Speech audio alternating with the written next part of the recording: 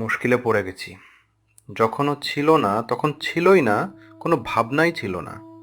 এখনো কোথা থেকে এসে আমার ঘর জুড়ে বসলো। ও চলে গেলে আমার এ ঘর যেন আর ঘরই থাকবে না। কবিরাজ মশাই, আপনি কি মনে করেন ওকে? ওর ভাগ্যে যদি আয়ু থাকে তাহলে দীর্ঘকাল বাঁচতেও পারে, কিন্তু আয়ুর্বেদে যেরকম লিখছে তাতে তো বলেন কি? শাস্ত্রে বলছেন পৈত্তিকান সন্নিপাত যান কফবাত সমুদ্রবান। থাক থাক, আপনি আর ওই শ্লোকগুলো আওড়াবেন না। ওতে আরও আমার ভয় বেড়ে যায়। এখন কি করতে হবে সেইটা বলে দিন। খুব সাবধানে রাখতে হবে। সে তো ঠিক কথা, কিন্তু কি বিষয়ে সাবধান হতে হবে সেইটা স্থির করে দিয়ে যান। আমি তো পূর্বেই বলেছি, ওকে বাইরে একেবারে যেতে দিতে পারবেন না। ছেলে মানুষ, ওকে দিনরাত ঘরের মধ্যে ধরে রাখা যে ভারী শক্ত। তা কি করবেন বলেন? এই শরৎকালের রৌদ্র আর বায়ু দুই ওই বালকের পক্ষে বিষবৎ। কারণ কিনা শাস্ত্রে বলছে অপস্মারে জ্বরে কাশে কামলায়াং হলিমকে। থাক থাক, আপনার শাস্ত্র থাক। তাহলে ওকে বন্ধ করেই রেখে দিতে হবে, অন্য কোনো উপায় নেই? কিছু না, কারণ পবনে তপনে চৈব। আপনারও চৈব নিয়ে আমার কি হবে বলেন তো? ও থাক না, কি করতে হবে সেইটে বলে দিন। কিন্তু আপনার ব্যবস্থা বড় কঠোর। রোগের সমস্ত দুঃখ ও বেচারা চুপ করে সহ্য করে, কিন্তু আপনার ওষুধ খাবার সময় ওর কষ্ট দেখে আমার বুক ফেটে যায়। সেই কষ্ট যত প্রবল তার ফলও তত বেশি। তাই তো মহর্ষি চেবন বলেছেন ভেষজং হিতবাক্যাঞ্চ তিক্তং আশুফলপ্রদং। আজ তবে উঠি দত্তমশায়। ওই রে, ঠাকুরদা এসেছে, সর্বনাশ করলে। কেন? আমাকে তোমার ভয় কিসের? তুমি যে ছেলে খেপাবার সর্দার। তুমি তো ছেলেও নও, তোমার ঘরেও ছেলে নেই। তোমার খেপবার বয়সও গেছে। তোমার ভাবনা কি? ঘরে যে ছেলে একটি এনেছি। সে কি রকম? আমার স্ত্রী যে পোষ্যপুত্র নেবার জন্য খেপে উঠেছিল। সে তো অনেকদিন থেকে শুনছি, কিন্তু তুমি যে নিতে চাও না। জানতো ভাই, অনেক কষ্টে টাকা করেছি। কোথা থেকে পরের ছেলে এসে আমার বহু পরিশ্রমের ধন বিনা পরিশ্রমে ক্ষয় করতে থাকবে, সে কথা মনে করলেও আমার খারাপ লাগতো। কিন্তু এই ছেলেটিকে আমার যে কিরকম লেগে গিয়েছে। তাই এর জন্য টাকা যতই খরচ করছো ততই মনে করছো সে যেন টাকার পরম ভাগ্য। আগে টাকা রোজগার করতুম, সে কেবল একটা নেশার মতো ছিল। না করে কোনো মতোতে থাকতে পারতুম না। কিন্তু এখন যা টাকা করছি সবই ওই ছেলে পাবে জেনে উপার্জনে ভারী একটা আনন্দ পাচ্ছি। বেশ বেশ ভাই, ছেলেটি কোথায় পেলে বড় দেখি? আমার স্ত্রীর গ্রাম সম্পর্কে ভাইপো, ছোটবেলা থেকে বেচারার মা নেই, আবার সেদিন তার বাপও মারা গেছে। আহা, তবে তো আমাকে তার দরকার আছে। কবিরাজ বলছে তার ওইটুকু শরীরে একসঙ্গে বাত পিত্ত শ্লেষ্মা যেরকম প্রকোপিত হয়েছে, তাতে তার আর বড় আশা নেই। এখন একমাত্র উপায় তাকে কোনো রকমে এই শরতের রৌদ্র আর বাতাস থেকে বাঁচিয়ে ঘরে বন্ধ করে রাখা। ছেলেগুলোকে ঘরের বার করাই তোমার এই বুড়ো বয়সের খেলা, তাই তোমাকে ভয় করি। মিছে বলনি, একেবারে ভয়ানক হয়ে উঠেছে আমি। শরতের রৌদ্র আর হাওয়ারই মতো তো। কিন্তু ভাই, ঘরে ধরে রাখবার মতো খেলাও আমি কিছু জানি। আমার কাজকর্ম একটু সেরে আসি, তারপরে ওই ছেলেটির সঙ্গে ভাব করে নেব।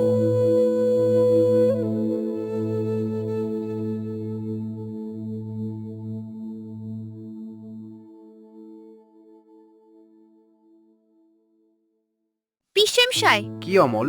আমি কি ওই উঠোনটাতেও যেতে পারবো না? না বাবা। ওই যেখানটাতে পিসিমা জাতা দিয়ে ডাল ভাঙেন, ওই দেখো না, যেখানে ভাঙা ডালের খুদগুলি দুই হাতে তুলে নিয়ে লেজের ওপর ভর দিয়ে বসে কাঠ বিড়ালি কুটুস কুটুস করে খাচ্ছে, ওখানে আমি যেতে পারবো না? না বাবা।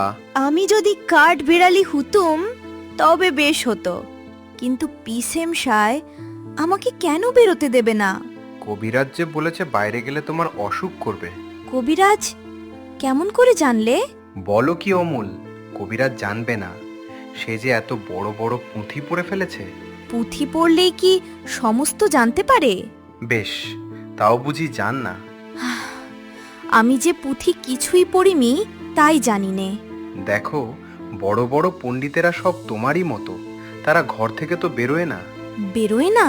না, কখন বেরোবে বলো? তারা বসে বসে কেবল পুঁথি পড়ে, আর কোনো দিকেই তাদের চোখ নেই।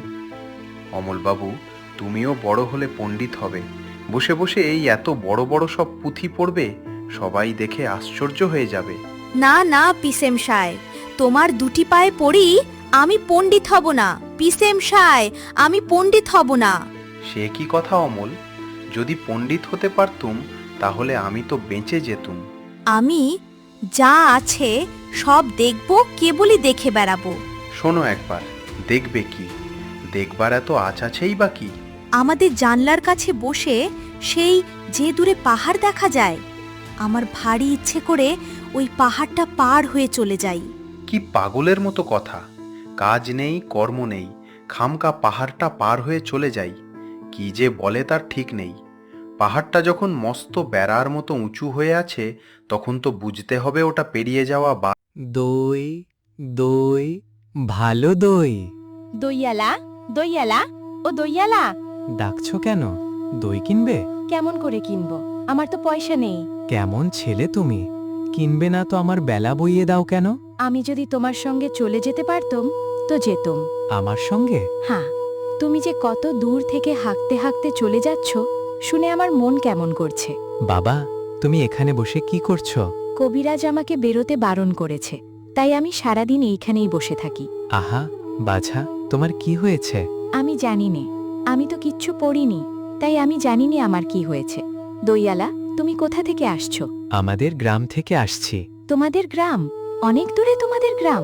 আমাদের গ্রাম সেই পাঁচমোড়া পাহাড়ের তলায়, শ্যামলী নদীর ধারে। পাঁচমোড়া পাহাড়, শ্যামলী নদী, কি জানি, হয়তো তোমাদের গ্রাম দেখেছি, কবে সে আমার মনে পড়ে না। তুমি দেখেছ? পাহাড়তলায় কোনোদিন গিয়েছিলে নাকি? না, কোনোদিন যাইনি, কিন্তু আমার মনে হয় যেন আমি দেখেছি। অনেক পুরনো কালের খুব বড় বড় গাছের তলায় তোমাদের গ্রাম, একটি লাল রঙের রাস্তার ধারে, না? ঠিক বলেছ বাবা। সেখানে পাহাড়ের গায়ে সব গরু চড়ে বেড়াচ্ছে। কি আশ্চর্য, ঠিক বলছো। আমাদের গ্রামে গরু চড়ে বইকি, খুব চড়ে। মেয়েরা সব নদী থেকে জল তুলে মাথায় কলসি করে নিয়ে যায়, তাদের লাল শাড়ি পরা। বা বা, ঠিক কথা। আমাদের সব গয়লাপাড়ার মেয়েরা নদী থেকে জল তুলে তো নিয়ে যাই, তবে কিনা তারা সবাই যে লাল শাড়ি পরে তা নয়। কিন্তু বাবা, তুমি নিশ্চয়ই কোনোদিন সেখানে বেড়াতে গিয়েছিলে। সত্যি বলছি দইয়ালা, আমি একদিনও যাইনি। কবিরাজ যেদিন আমাকে বাইরে যেতে বলবে সেদিন তুমি নিয়ে যাবে তোমাদের গ্রামে? যাব বই কি বাবা, খুব নিয়ে যাব। আমাকে তোমার মতো ওইরকম দই বেচতে শিখিয়ে দিও, ওইরকম বাঘ কাঁধে নিয়ে, ওইরকম খুব দূরের রাস্তা দিয়ে। মরে যাই, দই বেচতে যাবে কেন বাবা? এত এত পুঁথি পড়ে তুমি পণ্ডিত হয়ে উঠবে। না। মরে যাই, দই বেচতে যাবে কেন বাবা? এত এত পুঁথি পড়ে তুমি পণ্ডিত হয়ে উঠবে। না না, আমি কোনো পণ্ডিত হব না। আমি তোমাদের রাঙা রাস্তার ধারে, তোমাদের বুড়ো বটের তলায় গোয়ালপাড়া থেকে দই নিয়ে এসে দূরে দূরে গ্রামে গ্রামে বেচে বেচে বেড়াবো। কিরকম করে তুমি বলো? দই দই দই, ভালো দই, আমাকে সুরটা শিখিয়ে দাও। হায় পোড়া কাপাল, এ সুরও কি শেখবার সুর? না না, ও আমার শুনতে খুব ভালো লাগে। আকাশের খুব শেষ থেকে যেমন পাখির ডাক শুনলে মন উদাস হয়ে যায়, তেমনি ওই রাস্তার মোড় থেকে ওই গাছের সারির মধ্যে দিয়ে যখন তোমার ডাক আসছিল, আমার মনে হচ্ছিল কি জানি কি মনে হচ্ছিল। বাবা, এক ভার দই তুমি খাও। আমার তো পয়সা নেই।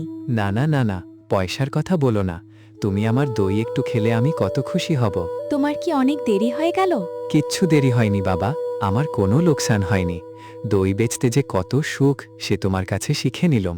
দই দই, ভালো দই, সেই পাঁচমোড়া পাহাড়ের তলায় শ্যামলী নদীর ধারে কয়লাদের বাড়ির দই।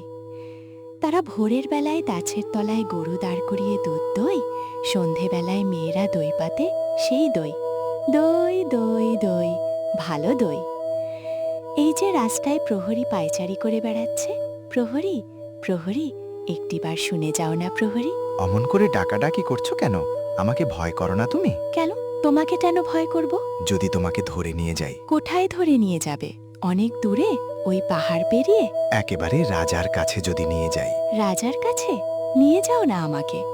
কিন্তু আমাকে যে কবিরাজ বাইরে যেতে বারণ করেছে, আমাকে কেউ কোথাও ধরে নিয়ে যেতে পারবে না। আমাকে কেবল 3 রাত্রি এখানেই বসে থাকতে হবে। কবিরাজ বারণ করেছে? আহা, তাই বটে। তোমার মুখ যেন সাদা হয়ে গেছে, চোখের কোলে কালি পড়েছে, তোমার হাত দুখানিতে শিরগুলি দেখা যাচ্ছে। তুমি ঘণ্টা বাজাবে না প্রহরী? এখনো সময় হয়নি। কেউ বলে সময় বয়ে যাচ্ছে, কেউ বলে সময় হয়নি। আচ্ছা, তুমি ঘন্টা বাজিয়ে দিলেই তো সময় হবে। সে কি হয়, সময় হলে তবে আমি ঘন্টা বাজিয়ে দিই। বেশ লাগে তোমার ঘন্টা, আমার ভারী ভালো লাগে। দুপুরবেলা আমাদের বাড়িতে যখন সকলেরই খাওয়া হয়ে যায়, পিসেমশাই কোথায় কাজ করতে বেরিয়ে যান, পিসিমা রামায়ণ পড়তে পড়তে ঘুমিয়ে পড়েন, আমাদের খুদে কুকুরটা উঠোনে ওই কোণের ছায়ায় লেজের মধ্যে মুখ গুজে ঘুমোতে থাকে। তখন তোমার ওই ঘন্টা বাজে, ঢং ঢং ঢং, ঢং ঢং ঢং। তোমার ঘন্টা কেন বাজে? ঘন্টা এই কথা সবাইকে বলে, সময় বসে নেই, সময় কেবলই চলে যাচ্ছে। কোথায় চলে যাচ্ছে? কোন দেশে? সে কথা কেউ জানে না। সে দেশ বুঝি কেউ দেখে আসেনি? আমার ভারী ইচ্ছে করছে ওই সময়ের সঙ্গে চলে যাই, যে দেশের কথা কেউ জানে না, সেই অনেক দূরে। সে দেশে সবাইকে যেতে হবে বাবা। আমাকেও যেতে হবে। হবে বই কি। কিন্তু কবিরাজ যে আমাকে বাইরে যেতে বারণ করেছে। কোন দিন কবিরাজি হয়তো স্বয়ং হাতে ধরে নিয়ে যাবেন। না না, তুমি তাকে জানো না, সে কেবলই ধরে রেখে দেয়। তার চেয়ে ভালো কবিরাজ যিনি আছেন তিনি এসে ছেড়ে দিয়ে যান। আমার সেই ভালো কবিরাজ কবে আসবেন? আমার যে আর বসে থাকতে ভালো লাগছে না। অমন কথা বলতে নেই বাবা। না, আমি তো বসেই আছি। যেখানে আমাকে বসিয়ে রেখেছে সেখান থেকে আমি তো বেরোই নে। কিন্তু তোমার ওই ঘন্টা বাজে ঢং ঢং ঢং, আর আমার মন কেমন করে। আচ্ছা প্রহরী। কি বাবা? আচ্ছা, ওই যে রাস্তার ওপারের বড় বাড়িতে নিশে নড়িয়ে দিয়েছে, আর ওখানে সব লোকজন কেবলই আসছে যাচ্ছে, ওখানে কি হয়েছে? ওখানে নতুন ডাকঘর বসেছে। ডাকঘর? কার ডাকঘর? ডাকঘর আর কার হবে? রাজার ডাকঘর। এ ছেলেটি ভারী মজার। রাজার ডাকঘরে রাজার কাছ থেকে সব চিঠি আসে? আসে বই কি। দেখো একদিন তোমার নামেও চিঠি আসে বই কি। দেখো একদিন তোমার নামেও চিঠি আসবে। আমার নামেও চিঠি আসবে? আমি যে ছেলে মানুষ। ছেলে মানুষকে রাজা এতটুকুটুকু ছোট্ট ছোট্ট চিঠি লেখেন। বেশ হবে। আমি কবে চিঠি পাবো? আমাকেও তিনি চিঠি লিখবেন তুমি কেমন করে জানলে? তা নইলে তিনি ঠিক তোমার এই খোলা জানলাটার সামনেই অত বড় একটা সোনালী রঙের নিশে নড়িয়ে ডাকঘর খুলতে যাবেন কেন? ছেলেটাকে আমার বেশ লাগছে। আচ্ছা, রাজার কাছ থেকে আমার চিঠি এলে আমাকে কে এনে দেবে? রাজার যে অনেক ডাকঘর করা আছে, দেখনি বুকে গোল গোল সোনার তকমা পরে তারা ঘুরে বেড়ায়। আচ্ছা, কোথায় তারা ঘরে? ঘরে ঘরে, দেশে দেশে। এর প্রশ্ন শুনলে হাসি পায়। বড় হলে আমি রাজার ডাকঘর করা হব। হাহাহা, ডাকঘর করা সে ভারী মস্ত কাজ। রোদ নেই, বৃষ্টি নেই, গরিব নেই, বড় মানুষ নেই, সকলের ঘরে ঘরে চিঠি বিলি করে বেড়ানো সে খুব সবর কাজ। তুমি হাসছো কেন? আমার ওই কাজটাই সকলের চেয়ে ভালো লাগছে। না না, তোমার কাজও খুব ভালো। দুপুরবেলা যখন রোদ্দুর ঝাঝা করে তখন ঘন্টা বাজে ঢং ঢং ঢং। আবার এক একদিন রাত্রে হঠাৎ বিছানায় জেগে উঠে দেখি ঘরের প্রদীপ নিভে গেছে, বাইরের কোনো অন্ধকারের ভিতর দিয়ে ঘন্টা বাজছে ঢং ঢং ঢং। ওই যে মোড়ল আসছে, আমি এবার পালাই। ও যদি দেখতে পায় তোমার সঙ্গে গল্প করছি তাহলেই মুশকিল বাঁধাবে। কই মোড়ল? কই কই? ওই যে অনেক দূরে, মাথায় একটা মস্ত গোলপাতার ছাতি। ওকে বুঝি রাজা মোড়ল করে দিয়েছে? আরে না, ও আপনি মোড়লই করে। যে ওকে না মানতে চায় ও তার সঙ্গে দিনরাত এমনি লাগে যে ওকে সকলেই ভয় করে। কেবল সকলের সঙ্গে শত্রুতা করেই ও আপনার ব্যবসা চালায়। আজ তবে যাই, আমার কাজ কামাই যাচ্ছে। আমি আবার কাল সকালে এসে তোমাকে সমস্ত শহরের খবর শুনিয়ে যাব।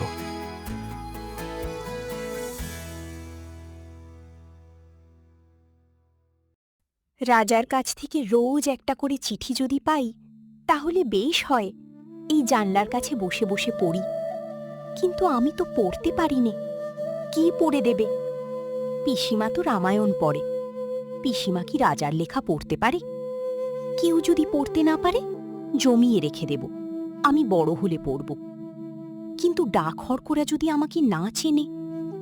মোড়ল মশাই, ও মোড়ল মশাই, একটা কথা শুনে যাও। কে রে রাস্তার মধ্যে আমাকে ডাকাডাকি করে?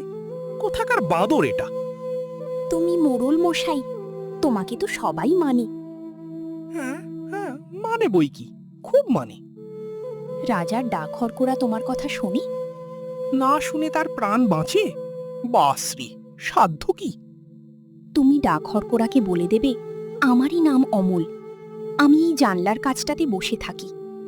কেন বলো দেখি? আমার নামে যদি চিঠি আসে। তোমার নামে চিঠি? তোমাকে কে চিঠি লিখবে? রাজা যদি চিঠি লেখে তাহলে? এই ছেলেটা তো কম নয়। রাজা তোমাকে চিঠি লিখবে, তা লিখবে বই কি, তুমি যে তার পরম বন্ধু। কদিন তোমার সঙ্গে দেখা না হয়ে রাজা শুকিয়ে যাচ্ছে খবর পেয়েছি। আর বেশি দেরি নেই, চিঠি হয়তো আজই আসি কি কালই আসি। মোড়ল মশাই, তুমি অমন করে কথা কচ্ছ কেন? তুমি কি আমার উপর রাগ করেছ? বাস রে, তোমার উপর রাগ করব? এত সাহস আমার! রাজার সঙ্গে তোমার চিঠি চলে। মাধব দত্তের বড় বার হয়েছে দেখেছি। 2 পয়সা জমিয়েছে কিনা এখন তার ঘরে রাজা বাদশার কথা ছাড়া আর কথা নেই। রোশোনা, ওকে মজা দেখাচ্ছি। ওরে ছোড়া, বেশ শীঘ্রই যাতে রাজার চিঠি তোদের বাড়ি। বাস রে, তোমার উপর রাগ করব? এত সাহস আমার! রাজার সঙ্গে তোমার চিঠি চলে। মাধব দত্তের বড় বার হয়েছে দেখেছি। 2 পয়সা জমিয়েছে কিনা এখন তার ঘরে রাজা বাদশার কথা ছাড়া আর কথা নেই। রোশোনা, ওকে মজা দেখাচ্ছি। ওরে ছোড়া, বেশ শীঘ্রই যাতে রাজার চিঠি তোদের বাড়িতে আসি আমি তার বন্দোবস্ত করছি। না না, তোমাকে কিছু করতে হবে না। কেন রে, তোর খবর আমি রাজাকে জানিয়ে দেব, তিনি তাহলে আর দেরি করতে পারবেন না। তোমাদের খবর নেবার জন্য এখনই বাইক পাঠিয়ে দেবেন। না, মাধব দত্তের ভারী আস্পর্ধা, রাজার কানে একবার উঠলে দুরস্ত হয়ে যাবে।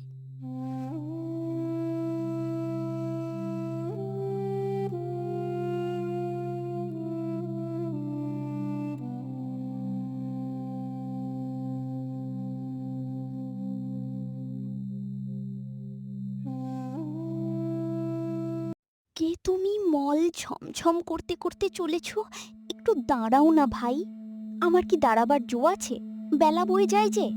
তোমার দাঁড়াতে ইচ্ছা করছে না, আমারও এখানে আর বসে থাকতে ইচ্ছা করে না। তোমাকে দেখে আমার মনে হচ্ছে যেন সকালবেলাকার তারা। তোমার কি হয়েছে বলো তো? জানি নে কি হয়েছে, কবিরাজ আমাকে বেরোতে বারণ করেছে। আহা, তবে বেরিও না, কবিরাজের কথা মেনে চলতে হয়। দুরন্তপনা করতে নেই, তাহলে লোকে দুষ্ট বলবে। বাইরের দিকে তাকিয়ে তোমার মন ছটফট করছে, আমি বরঞ্চ তোমার এই আধখানা দরজা বন্ধ করে দিই। না না, বন্ধ করো না, এখানে আমার আর সব বন্ধু, কেবল এইটুকু খোলা। তুমি কি বলো না, আমি তো তোমাকে চিনি নে। আমি সুধা। সুধা? জানো না, আমি এখানকার মালিনীর মেয়ে। তুমি কি করো? সাজি ভরে ফুল তুলে নিয়ে এসে মালা গাঁথি। এখন ফুল তুলতে চলেছি। ফুল তুলতে চলেছ, তাই তোমার পা দুটি অমন খুশি হয়ে উঠেছে। যতই চলেছ মল বাজছে ঝম ঝম ঝম।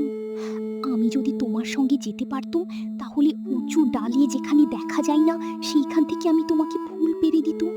তাই বই কি, ফুলের খবর আমার চেয়ে তুমি নাকি বেশি জানো। জানি, আমি খুব জানি। আমি 7 ভাই চম্পার খবর জানি।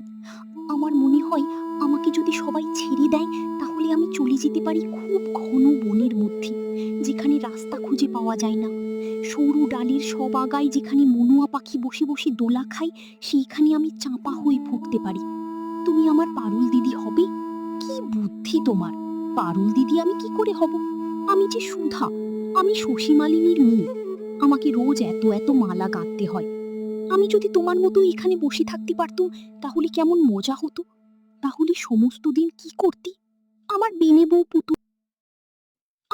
বউ পুতুল আছে, তার বিয়ে দিতুম। আমার পুষিমেনি আছে, তাকে নিয়ে যাই। বেলা বয়ে যাচ্ছে, দেরি হলে ফুল আর থাকবে না। আমার সঙ্গে আর একটু গল্প করো না, আমার খুব ভালো লাগছে। আচ্ছা বেশ, তুমি দুষ্টুমি করো না, লক্ষ্মী ছেলে হয়ে এখানে স্থির হয়ে বসে থাকো। আমি ফুল তুলে ফিরবার পথে তোমার সঙ্গে গল্প করে যাব। আর আমাকে একটি ফুল দিয়ে যাবি। ফুল অমনি কেমন করে দেব? দাম দিতে হবে যে। আমি যখন বড় হব তখন তোমাকে দাম দেব।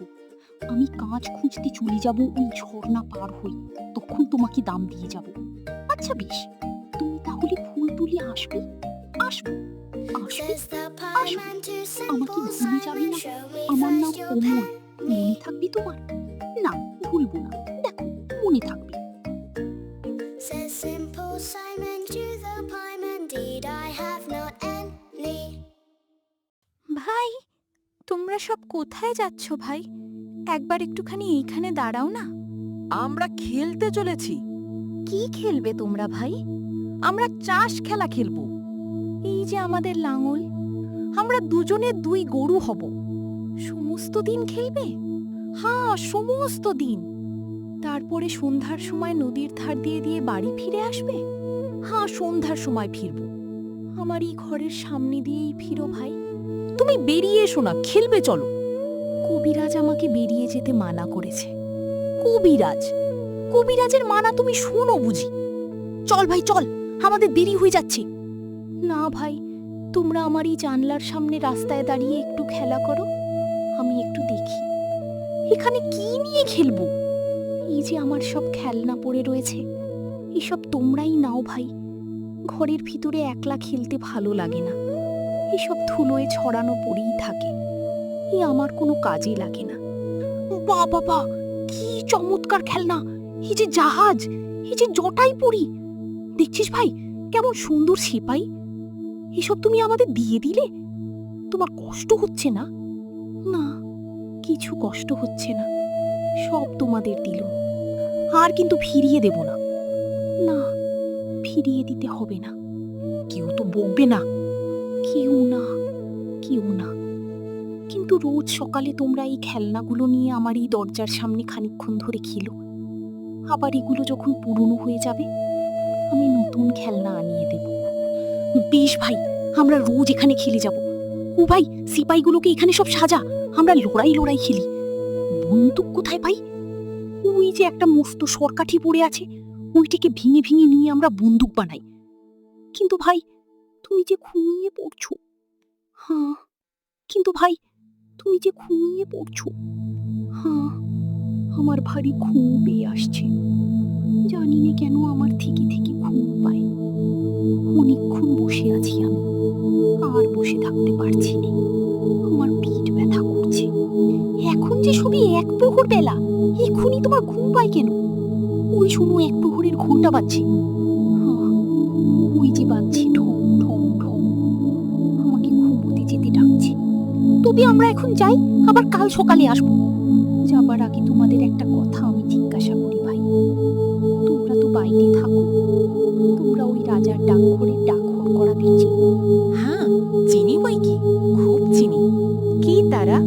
নাম কি? একজন আছে বাদল হরকরা, একজন আছে শরৎ, আরো কত আছে। আচ্ছা, আমার নামে যদি চিঠি আসে, তারা কি আমাকে চিনতে পারবে? কেন পারবে না?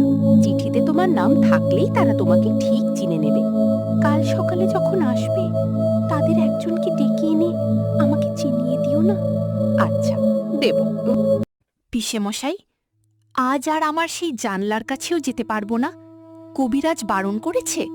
হ্যাঁ বাবা, সেখানে রোজ রোজ বসে থেকেই তো তোমার ব্যামো বেড়ে গেছে। না পিসে মশাই, না, আমার ব্যামোর কথা আমি কিছুই জানি নে, কিন্তু সেখানে থাকলে আমি খুব ভালো থাকি। সেখানে বসে বসে তুমি এই শহরের যত রাজ্যের ছেলে বুড়ো সকলের সঙ্গেই ভাব করে নিয়েছ। আমার দরজার কাছে রোজ যেন একটা মস্ত মেলা বসে যায়, এতেও কি কখনো শরীর টেকে? দেখো দেখি, আজ তোমার মুখখানা কিরকম ফ্যাকাশে হয়ে গেছে। পিসে মশাই, আমার সেই ফকির হয়তো আজ আমাকে জানলার কাছে না দেখতে পেয়ে চলে যাবে। তোমার আবার ফকিরকে? সেই যে রোজ আমার কাছে এসে নানা দেশ বিদেশের কথা বলে যায়, শুনতে আমার ভারী ভালো লাগে। কই, আমি তো কোনো ফকিরকে জানি নে। এই ঠিক তার আসবার সময় হয়েছে, তোমার পায়ে পড়ি, তুমি তাকে একবার বলে এসো না, সে যেন আমার ঘরে এসে একবার বসে। এই যে ফকির, এসো আমার বিছানায় এসে বসো। হ্যাঁ, এই যে, হ্যাঁ, আমি ফকির।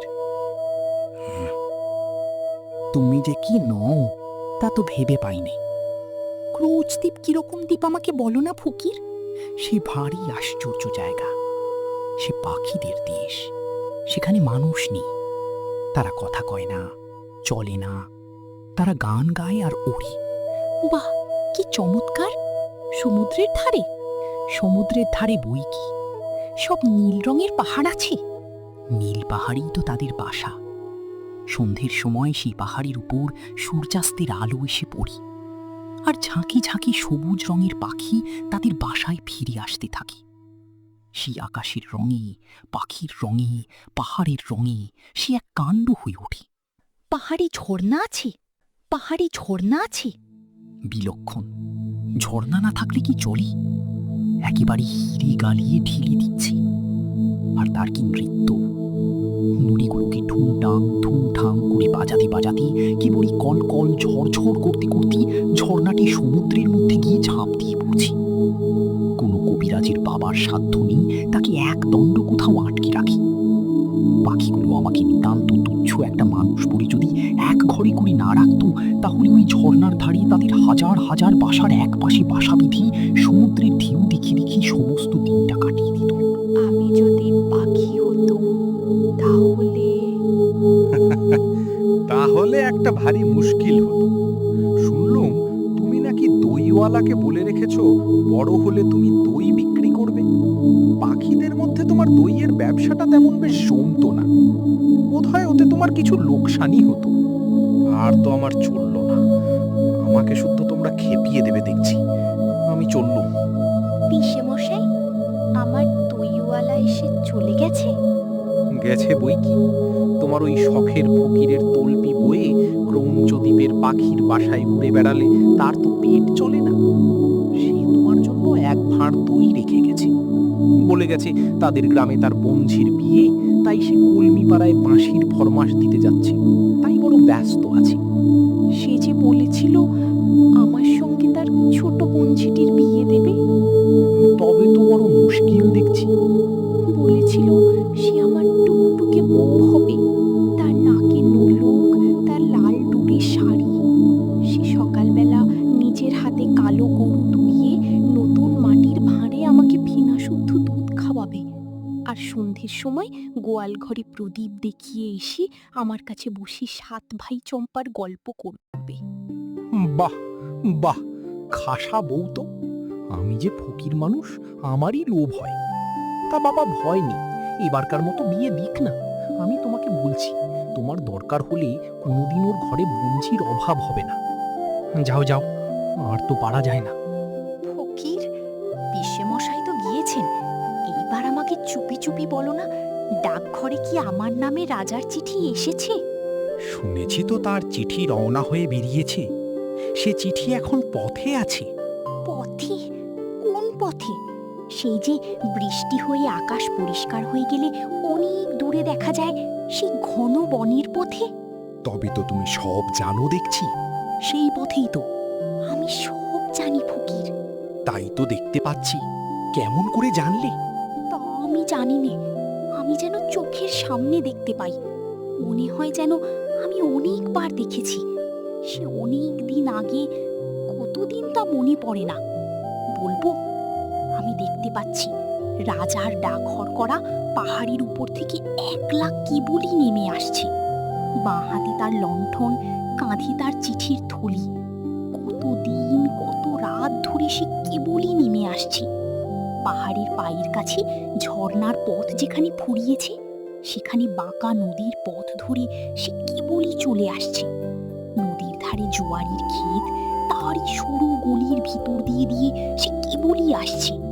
তারপরে আখের ক্ষেত, সেই আখের ক্ষেতের পাশ দিয়ে উঁচু আল চলে গিয়েছে। সেই আলের উপর দিয়ে সে কেবলই চলে আসছে। রাত দিন একলাটি চলে আসছে। ক্ষেতের মধ্যে ঝিঝি পোকা ডাকছে। নদীর ধারে একটিও মানুষ নেই, কেবল কাদা খোঁজা লেজ দুলিয়ে দুলিয়ে বেড়াচ্ছে। আমি সমস্ত দেখতে পাচ্ছি। যতই সে আসছে দেখতে পাচ্ছি। যতই সে আসছে দেখছি, আমার বুকের ভিতরে ভারী খুশি হয়ে হয়ে উঠছে। অমন নবীন চোখ তো আমার নেই, তবু তোমার দেখার সঙ্গে সঙ্গে আমিও দেখতে পাচ্ছি। আচ্ছা ফকির, যার ডাকঘর, তুমি সেই রাজা কি জানো? জানি বই কি, আমি যে তার কাছে রোজ ভিক্ষা নিতে যাই। সে তো বেশ, আমি ভালো হয়ে উঠলে আমিও তার কাছে ভিক্ষা নিতে যাব। পারবো না যেতে? বাবা, তোমার আর ভিক্ষার দরকার হবে না। তিনি তোমাকে যা দিবেন অমনই দিয়ে দেবেন। না না, আমি তার দরজার সামনে পথের ধারে দাঁড়িয়ে জয় হোক বলে ভিক্ষা চাইব। আমি খঞ্জনি বাজিয়ে নাচবো, সে বেশ হবে না? সে খুব ভালো হবে। তোমাকে সঙ্গে করে নিয়ে গেলে আমারও পেট ভরে ভিক্ষা মিলবে। তুমি কি ভিক্ষা চাই আমি বলবো আমাকে তোমার ডাক হরকরা করে দাও, আমি অমনি লণ্ঠন হাতে ঘরে ঘরে তোমার চিঠি বিলি করে বেড়াবো। জানো ফকির, আমাকে একজন বলেছে আমি ভালো হয়ে উঠলে সে আমাকে ভিক্ষা করতে শেখাবে। আমি তার সঙ্গে যেখানে খুশি ভিক্ষা করে বেড়াবো। কে বলো দেখি? ছিদাম। কোন ছিদাম? সেই যে অন্ধ খোড়া, সে রোজ আমার জানলার কাছে আসে। ঠিক আমার মতো একজন ছেলে তাকে চাকার গাড়িতে করে ঠেলে ঠেলে নিয়ে বেড়ায়। আমি তাকে বলেছি আমি ভালো হয়ে উঠলে তাকে ঠেলে ঠেলে নিয়ে বেড়াবো। সে তো বেশ মজা হবে দেখছি। সেই আমাকে বলেছে কেমন করে ভিক্ষা করতে হয় আমাকে শিখিয়ে দেবে। পিসে মশাইকে আমি বলি ওকে ভিক্ষা দিতে, তিনি বলেন ও মিথ্যা কানা, মিথ্যা খোড়া। আচ্ছা, ও যেন মিথ্যা কানাই হলো, কিন্তু চোখে দেখতে পায় না, সেটা তো সত্যি। ঠিক বলেছ বাবা, ওর মধ্যে সত্যি হচ্ছে ওইটুকু যে ও চোখে দেখতে পায় না। তা ওকে কানা বল আর নাই বল। ঠিক বলেছ বাবা, ওর মধ্যে সত্যি হচ্ছে ওইটুকুই যে ও চোখে দেখতে পায় না। তা ওকে কানা বল আর নাই বল। তা ও ভিক্ষা পায় না, তবে তোমার কাছে বসে থাকে কি করতে? ওকে যে আমি শোনাই কোথায় কি আছে, বেচারা দেখতে পায় না। তুমি যেসব দেশের কথা আমাকে বলো সেসব আমি ওকে শুনিয়ে দিই। তুমি সেদিন আমাকে সেই যে হালকা দেশের কথা বলেছিলে, যেখানে কোনো জিনিসের কোনো ভার নেই, যেখানে একটু লাফ দিলেই অমনি পাহাড় ডিঙিয়ে চলে যাওয়া যায়, সেই হালকা দেশের কথা শুনি ও ভারী খুশি হয়ে উঠেছিল। আচ্ছা ফকির, সে দেশে কোন দিক দিয়ে যাওয়া যায়? ভিতরের দিক দিয়ে সে একটা রাস্তা আছে, সে হয়তো খুঁজে পাওয়া শক্ত।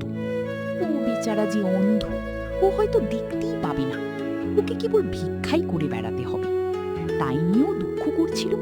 আমি ওকে বললুম, ভিক্ষা করতে গিয়ে তুমি যে কত বেড়াতে পাও, সবাই তো সে পায় না। বাবা, ঘরে বসে থাকলেই বা এত কিসের দুঃখ? না না, দুঃখ নেই। প্রথমে যখন আমাকে ঘরের মধ্যে বসিয়ে রেখে দিয়েছিল, আমার মনে হয়েছিল যেন দিন ফুরোচ্ছে না। আমাদের রাজার ডাকঘর দেখি অবধি এখন আমার রোজই ভালো লাগে।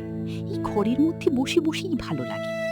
একদিন আমার চিঠি এসে পৌঁছবে, সেই কথা মনে করলেই আমি খুব খুশি হয়ে চুপ করে বসে থাকতে পারি। কিন্তু রাজার চিঠিতে কি যে লেখা থাকবে তা তো আমি জানিনি। তা নাই জানলে তোমার নামটি তো লেখা থাকবে, তাহলেই হলো। তোমরা দুজনে মিলে এই কি ফেসাদ বাঁধিয়ে বসে আছো বলো দেখি? কেন, হয়েছে কি? শুনছি তোমরা নাকি রটিয়েছো রাজা তোমাদেরই চিঠি লিখবেন বলে ডাকঘর বসিয়েছেন। তাতে হয়েছে কি? আমাদের পঞ্চানন মোড়ল সেই কথাটি রাজার কাছে লাগিয়ে বেনামে চিঠি লিখে দিয়েছে। সকল কথাই রাজার কানে ওঠে, সে কি আমরা জানিনি? তবে সামনে চলো না কেন? রাজা বাদশার নাম করে অমন জাতা কথা মুখে আনো কেন? তোমরা যে আমাকে শুদ্ধ মুশকিলে ফেলবে। ফকির, রাজা কি রাগ করবে? এমন বললেই হলো, রাগ করবে। এমন রাগ করে দেখি না। আমার মতো ফকির আর তোমার মতো ছেলের উপর রাগ করে সে কেমন রাজাগিরি ফলায় তা দেখা যাবে। দেখো ফকির, আজ সকালবেলা থেকে আমার চোখের উপর থেকে থেকে অন্ধকার হয়ে আসছে। মনে হচ্ছে সব যেন স্বপ্ন। একেবারে চুপ করে থাকতে ইচ্ছে করছে, কথা কইতে আর ইচ্ছে করছে না। রাজার চিঠি কি আসবে না? এখনই এই ঘর যদি সব মিলিয়ে যায়, যদি আসবে, চিঠি আজই আসবে। আজ কেমন ঠেকছে? কবিরাজ মশাই, আজ খুব ভালো বোধ হচ্ছে। মনে হচ্ছে যেন সব বেদনা চলে গেছে। ওই হাসিটি তো ভালো ঠেকছে না। ওই যে বলছে খুব ভালো বোধ হচ্ছে, ওইটাই হলো খারাপ লক্ষণ। আমাদের চক্রধর দত্ত বলছেন, দোহাই কবিরাজ মশাই, চক্রধর দত্তের কথা রেখে দিন, এখন বলুন ব্যাপারখানা কি? বোধ হচ্ছে আর ধরে রাখা যাবে না। আমি তো নিষেধ করে গিয়েছিলুম, কিন্তু বোধ হচ্ছে আর ধরে রাখা যাবে না। আমি তো নিষেধ করে গিয়েছিলুম, কিন্তু বোধ হচ্ছে বাইরের হাওয়া লেগেছে। না কবিরাজ মশাই, আমি ওকে খুব করেই চারিদিক থেকে আগলে সামলে রেখেছি। ওকে বাইরে যেতে দিনে, দরজা তো প্রায়ই বন্ধ রাখি। হঠাৎ আজ একটা কেমন হাওয়া দিয়েছে। আমি দেখে এলুম, তোমাদের সদর দরজার ভিতর দিয়ে হু হু করে হাওয়া বইছে। ওটা একেবারেই ভালো নয়। ও দরজাটা বেশ ভালো করে তালা চাবি বন্ধ করে দাও। না হয় দিন 2-3 তোমাদের এখানে লোক আনাগোনা বন্ধই থাক না। যদি কেউ এসে পড়ে, খিড়কি দরজা আছে, ওই যে জানলা দিয়ে সূর্যাস্তের আভাটা আসছে ওটাও বন্ধ করে দাও। ওদের রবিকে বড় জাগিয়ে রেখে দেয়। অমল চোখ বুজে রয়েছে, বোধহয় ঘুমোচ্ছে। ওর মুখ দেখে মনে হয় যেন কবিরাজ মশাই, যে আপনার নয় তাকে ঘরেই এনে রাখলুম, তাকে ভালোবাসলুম, এখন বুঝি আর তাকে রাখতে পারবো না। ও কি, তোমার ঘরে যে মোড়ল আসছে, এ কি উৎপাত! আমি আসি ভাই, কিন্তু তুমি যাও, এখনই ভালো করে দরজাটা বন্ধ করে দাও। আমি বাড়ি গিয়েই একটা বিষ বড়ি পাঠিয়ে দিচ্ছি, সেইটে খাইয়ে দেখো। যদি রাখবার হয় তো সেইটেতেই টেনে রাখতে পারবে।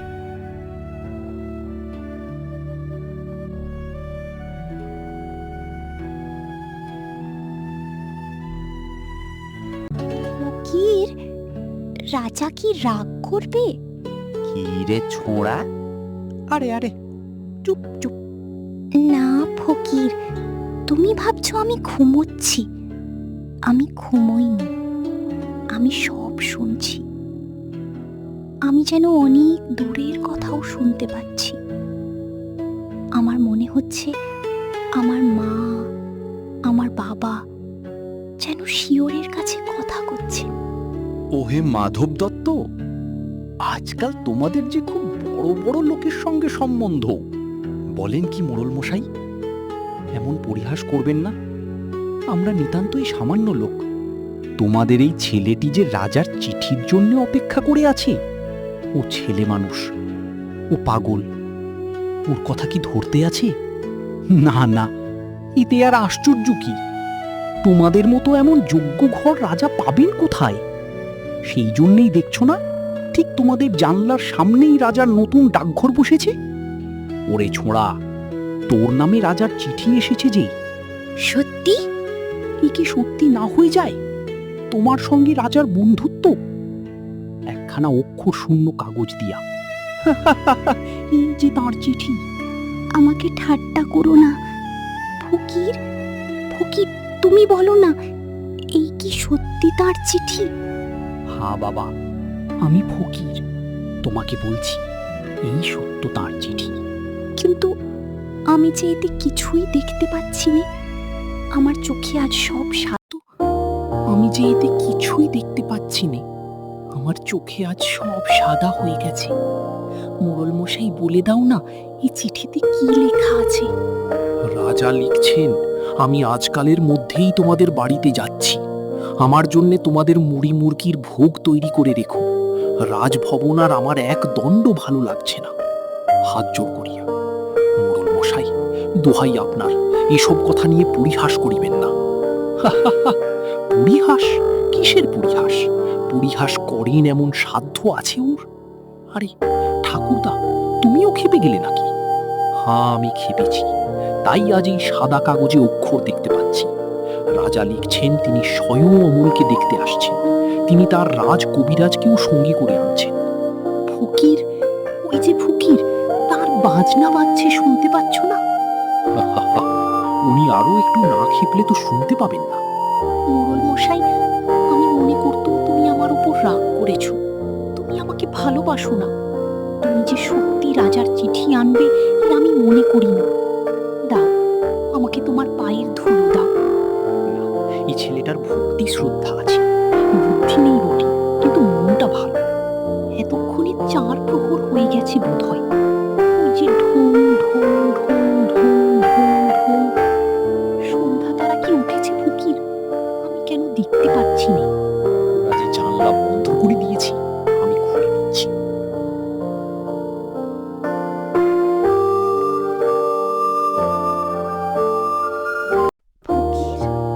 ও কেউ, ও কেউ, এ কি উৎপাত!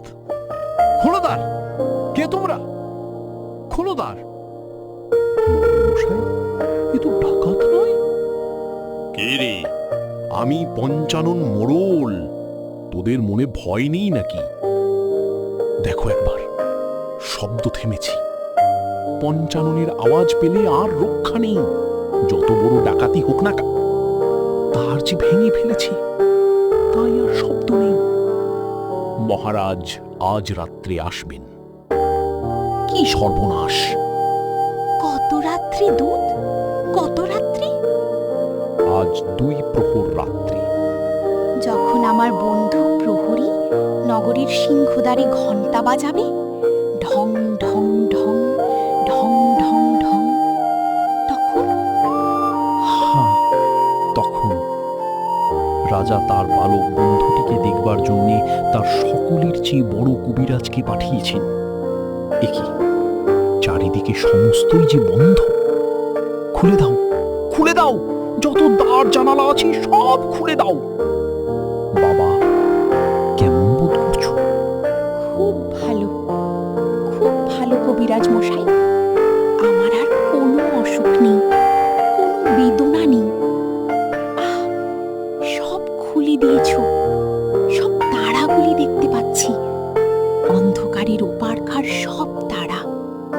অর্ধরাত্রি যখন রাজা আসবেন তখন তুমি বিছানা ছেড়ে উঠে অর্ধরাত্রি যখন রাজা আসবেন তখন তুমি বিছানা ছেড়ে উঠে তার সঙ্গে বেরোতে পারবে? পারবো, আমি পারবো। বেরোতে পারলে আমি বাঁচি। আমি রাজাকে বলবো, এই অন্ধকার আকাশে ধ্রুব তারাটিকে দেখিয়ে দাও। আমি সে তারা বোধহয় কতবার দেখেছি, কিন্তু সে যে কোনটা সে তো আমি চিনিনি। তিনি সব চিনিয়ে দেবেন।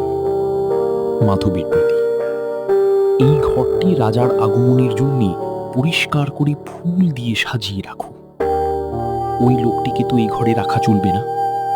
না না কবিরাজ মশাই, উনি আমার বন্ধু। তোমরা যখন আসোনি উনি আমাকে রাজার চিঠি এনে দিয়েছিলেন।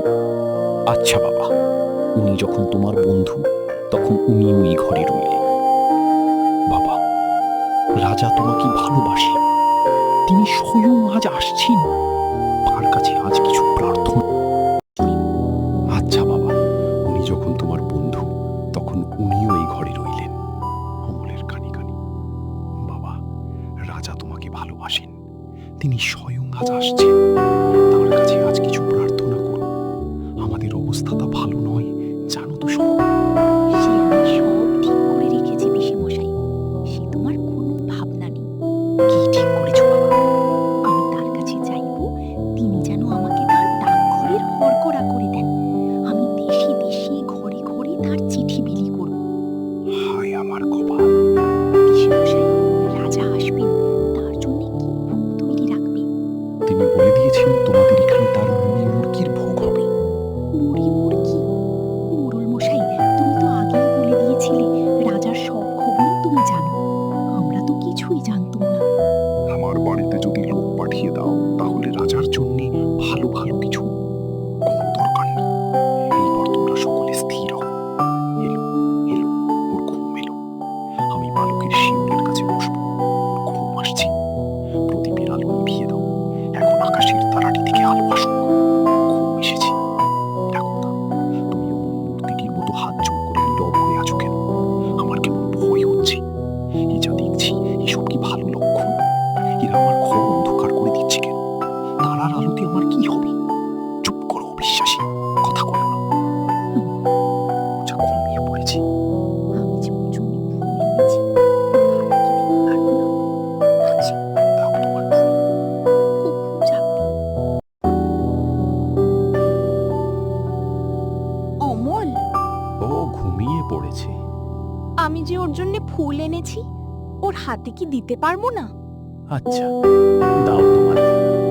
এ কখন জাগবে? এক্ষুনি, যখন রাজা এসে ওকে ডাকবে। তখন তোমরা ওকে একটি কথা কানে কানে বলে দেবে। কি বলবো? বলো